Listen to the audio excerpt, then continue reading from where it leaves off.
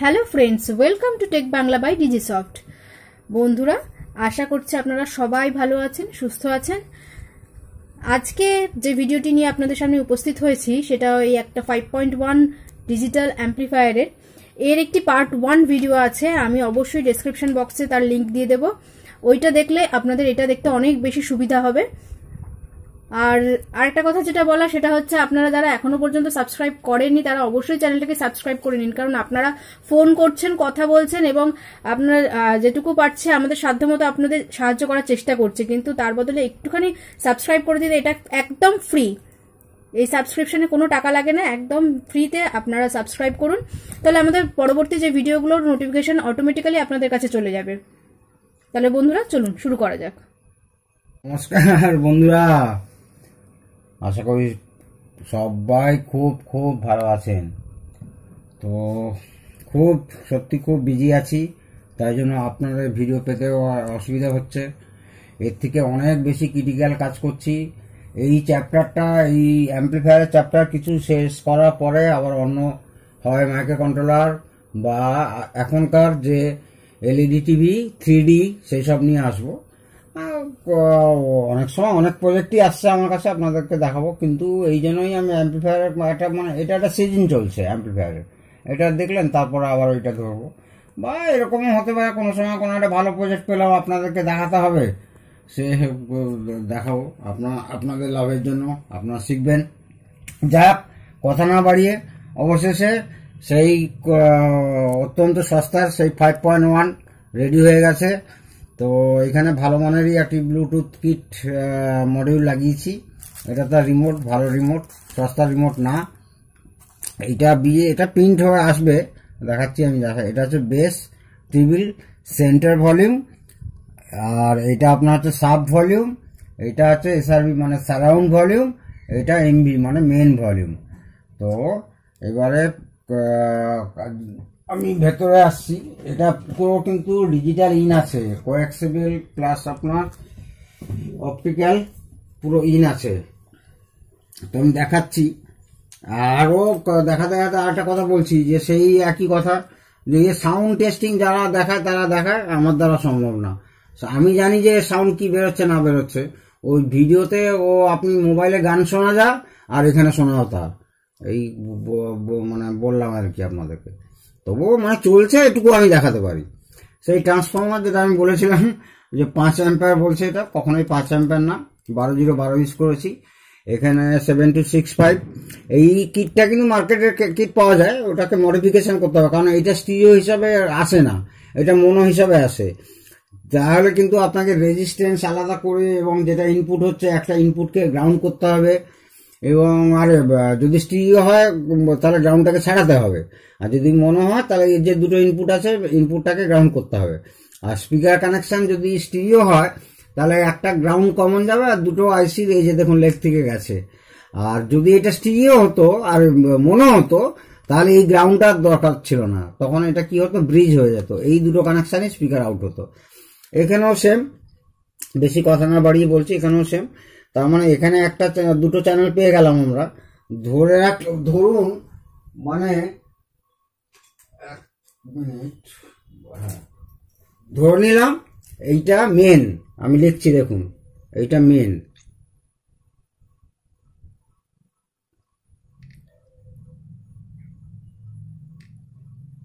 এইটা মেন মানে আর plus L, ঠিক আছে? তাহলে এটা আর প্লাস এল মেনে দিলাম, মানে হচ্ছে ফ্রন্ট চ্যানেল। আর এই দুটো চ্যানেল সেম আইসি আছে 7265, এই দুটো চ্যানেলকে কি করলাম, ধরে নিলাম এটা হচ্ছে সারাউন্ড,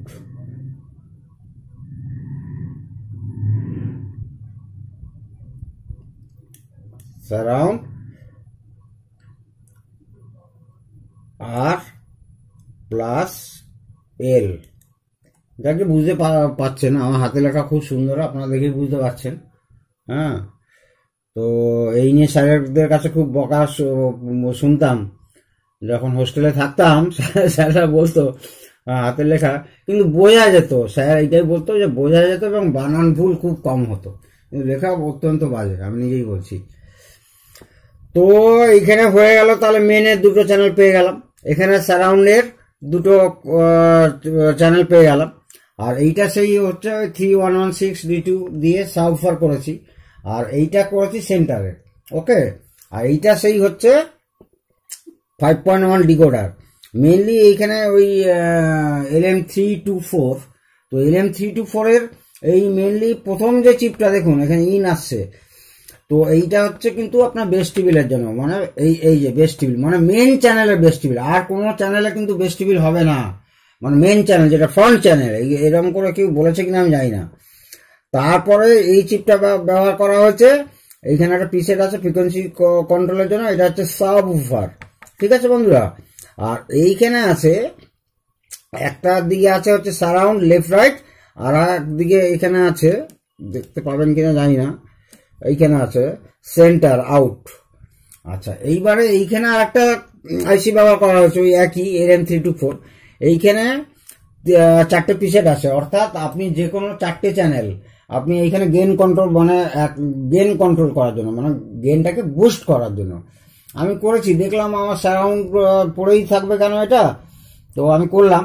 এইখানে কি হবে, আমি সারাউন্ড থেকে এইখানে প্রথমে সারাউন্ড ইনটাকে এই আউটে ঢুকিয়েছি, দুটো আউটে ঢুকিয়েছি, আর দুটো ইন আবার সারাউন্ডে মানে ব্যাক করেছে আর কি।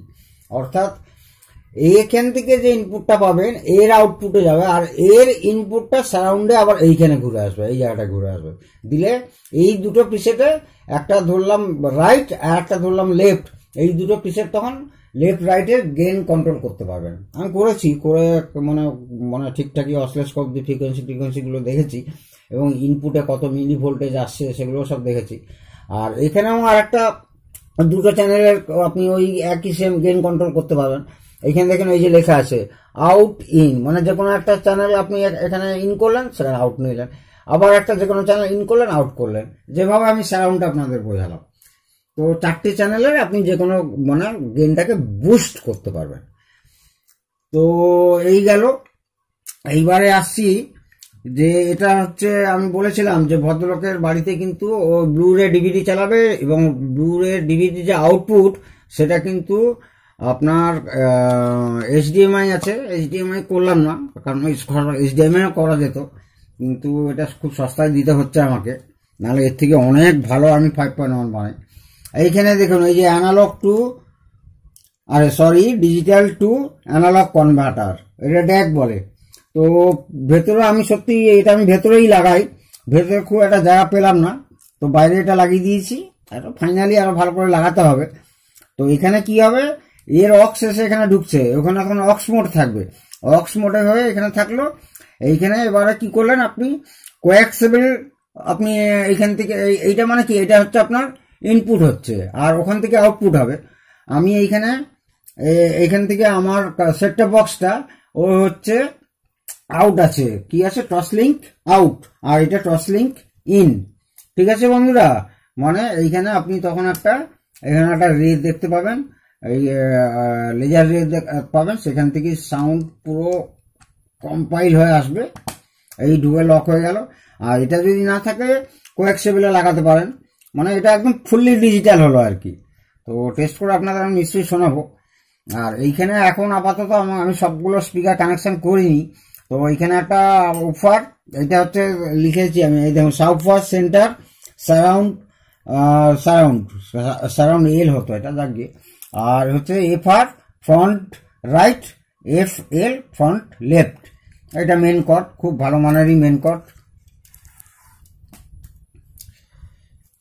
তো জাগিয়ে আপনাদের একটু বাজিয়ে শোনাই, সেই একই বলছি, খুব একটা ভালো এফেক্ট এখানে শুনতে পাবেন না, কিন্তু প্রত্যেকটা চ্যানেল আমি ইন্ডিভিজুয়ালি টেস্ট করেছি, প্রত্যেকটা চ্যানেলে ইন্ডিভিজুয়াল আপনার ইনপুট তার কত মিলি ভোল্ট দিচ্ছে সেটাও দেখেছি, প্রত্যেকটা চ্যানেলের আউটপুট মানে স্পিকার টার্মিনালে কত আউটপুট কত ভোল্টেজ বেরোচ্ছে সেগুলো দেখেছি।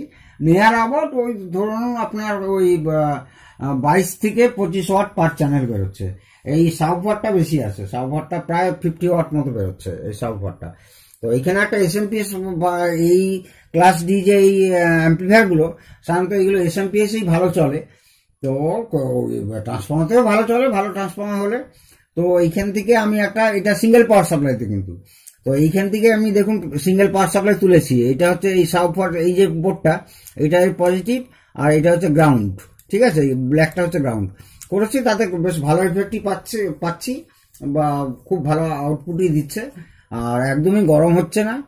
তো সেক্ষেত্রে আমি আর SMPS এর ঝামেলা বাড়াইনি। SMPS দিলে ভালো হতো আর একটু, ওদিকে যে বাজেট কম কি করব। তো এতেই ভালো চলছে, বেশ ভালোই চলছে। তো আমি আপনাদের একটু বাজিয়ে শোনাই।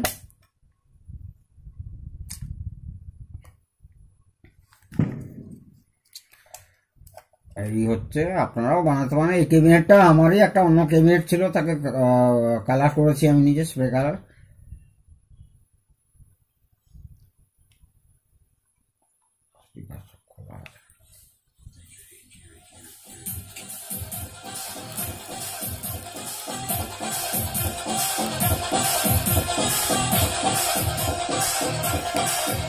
খুব কমানো ছিল মডেলটা।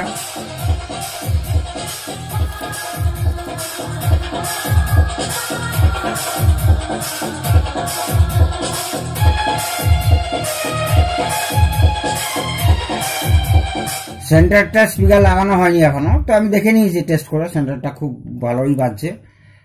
সাউফারের তো আওয়াজ আপনারা পেলেন, সারাউন্ড এটা, আর এটা হচ্ছে মেন। এখানে মডিউলের ভলিউম খুব কমানো আছে, আর এখন রাস্তায় করছি তো বেশি বাড়াচ্ছি না। আর এটা হচ্ছে আপনার উপরে আছে, উপরের আওয়াজটা নিশ্চয়ই শুনতে পাচ্ছেন, কি পাচ্ছেন না আমি ঠিক বুঝতে পারছি না।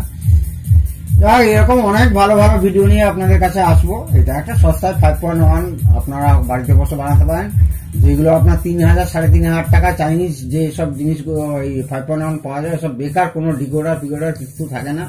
ওই 2030 বা 2050 দিয়ে তৈরি হয়, তার থেকে অনেক ভালো, অনেক লংজিভিটি। অন্তত এই সেটটা বানিয়ে আপাতত 5 থেকে 6 বছর আপনি আপনার কাস্টমারকে বলতে পারেন যে আপনি চোখ বুঝে থাকুন, চলবে। 5 থেকে 6 বছর মিনিমাম একদম টানবে, ফার্স্ট ক্লাস চলবে।